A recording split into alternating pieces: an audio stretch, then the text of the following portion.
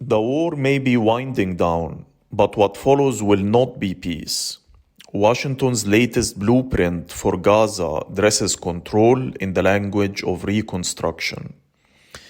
It is the promise of a new dawn that never comes, the familiar choreography of foreign supervision and local submission. At the UN, the United States is pushing for an international security force to occupy Gaza in all but name. 2 years, they say, just long enough to stabilize the ruins. Behind the humanitarian rhetoric stands the old architecture of dominance. A policing mission without a flag, answering not to the UN but to Washington itself. A board of peace, the phrase itself sounds obscene, will govern Gaza's interior life, staffed by politicians and businessmen chosen for their obedience. Israel will keep the corridors and the borders. The checkpoints will remain, the permissions, the paperwork, the chokeholds. Only the uniforms will change. Palestinians are again to be managed, not represented. The so-called transition government will be a technocratic committee under supervision, another layer of glass between the people and their land. The plan replaces one occupation with another, softer in tone, cleaner in its phrasing, but no less suffocating.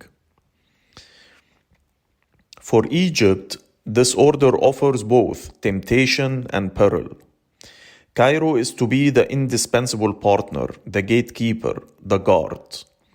Rafah will be jointly policed. Egyptian security agencies will stand between the occupier and the besieged, enforcing quiet on behalf of others. And yet, profit glimmers amid the wreckage. 50 Egyptian and Palestinian firms have been paired to rebuild what remains. A reconstruction campaign valued at $70 billion. 3 stages: relief, rehabilitation, reconstruction. It sounds like therapy, but it's really accounting. International banks, not governments, will release the funds. Contracts will flow where consent already exists. The money will trickle through the same corridors that move cement and gas and permission slips. For Cairo's ruling order, this is another frontier to colonize economically, an extension of the domestic patronage machine that feeds on crisis. The same military-linked conglomerates that pave Egypt's deserts will now rebuild Gaza's ruins under the protection of an international security umbrella. The rhetoric will be about stability, dignity, renewal. The reality will be dependency, surveillance, control. Washington's plan militarizes the front end and monetizes the back end. It turns Gaza into a laboratory of managed despair. Where Israel rules the margins, Egypt polices the silence, and the world funds the illusion of progress. There will be ribbon cuttings and press conferences. There will be talk of opportunity, of reconstruction, of, quote, normal life, end quote.